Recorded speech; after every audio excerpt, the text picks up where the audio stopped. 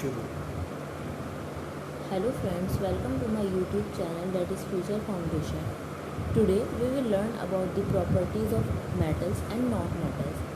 First we will learn about the physical properties of metals. So, metals are solids, but there is one exception, that is mercury. Mercury is in liquid form at room temperature. Next one is metals are hard except lithium, potassium and sodium. Also, metals have metallic luster, that means it has a shiny surface. The next property of metals is that they are malleable.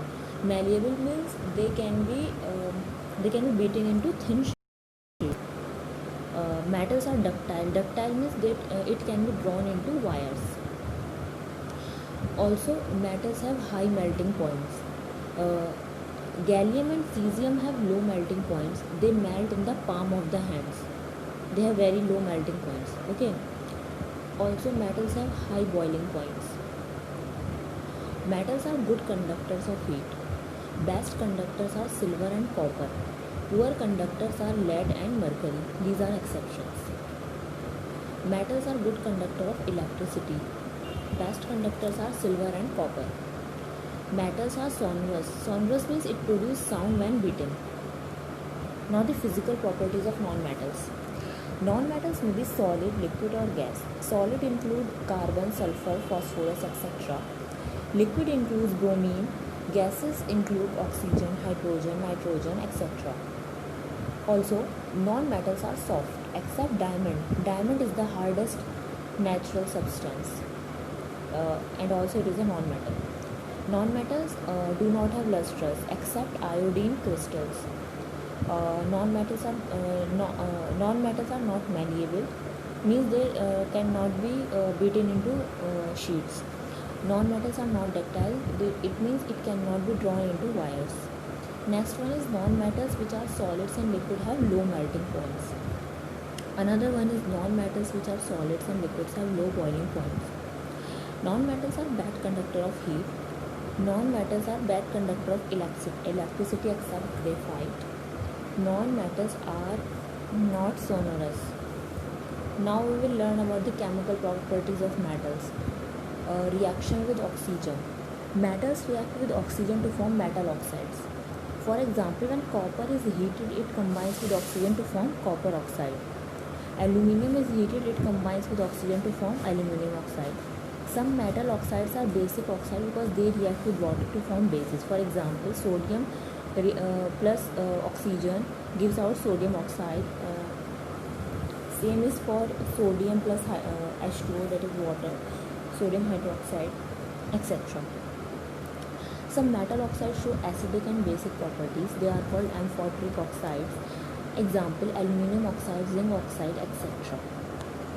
Now the reactivity of different metals with oxygen is different. Metals like potassium, sodium react vigorously with oxygen and catch fire if kept in open. Hence they are stored in kerosene to prevent burning. Otherwise it will catch fire. Okay. Now if magnesium is heated, it burns with bright flame. If iron is heated, it glows brightly. If copper is heated, it does not burn but forms a black coating of copper oxide. Silver and gold does not react with oxygen even at high temperature. Some metals like magnesium, aluminium, zinc, lead, etc. forms an oxide layer over it which prevents further oxidation. They are called self-protecting metals. Now we will learn about the reaction with water. Metal reacts with water to form metal oxide or metal hydroxide and hydrogen. For example, sodium reacts with water, that is H2O, to form sodium hydroxide plus H2, that is hydrogen.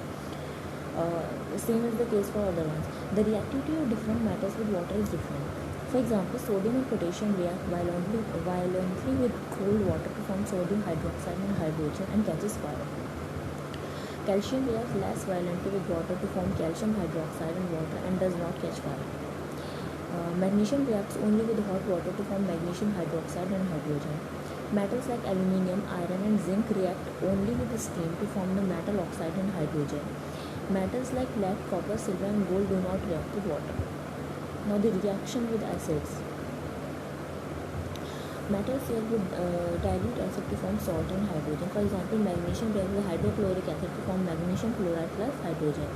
Reactivity varies from metal to metal. For the above metal, the decreasing order of reactivity, that is magnesium, aluminium, zinc, iron.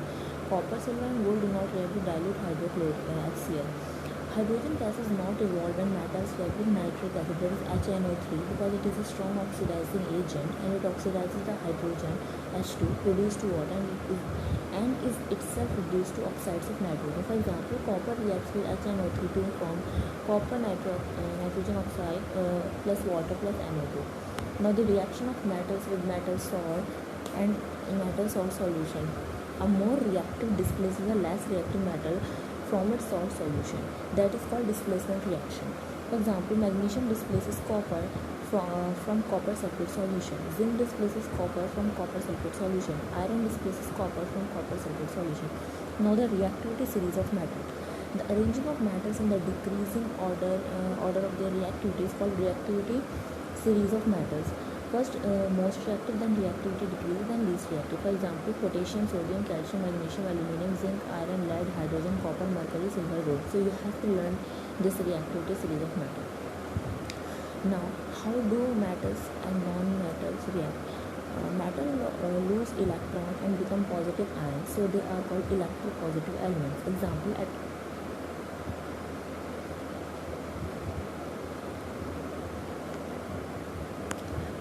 atomic number of solution is 11. Its electronic configuration is 281. It has one valence electron. It loses one electron and forms a sodium ion.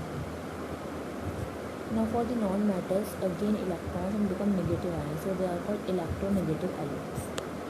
Example is shown here on the screen. Now the formation of sodium chloride molecule. Atomic number of sodium is 11. Its electronic configuration is 281. It has one valence electron. It loses one electron to form Na plus ion. Atomic number of chlorine is 17. Its electronic configuration is 287. It has 7 valence electron. It gains 1 to form Cl minus ion. Then the attraction between the Na plus ion and Cl minus ion results in the formation of sodium chloride molecule, that is NaCl. Now the formation of magnesium chloride molecule, you can see the magnesium is 12. Its electronic configuration is 282. It has 2 valence electron. It loses 2 to form same is the case. Okay. Now the ionic compounds, electrovalent compounds. Ionic compounds are compounds formed by the transfer of electrons from a metal to a non-metal.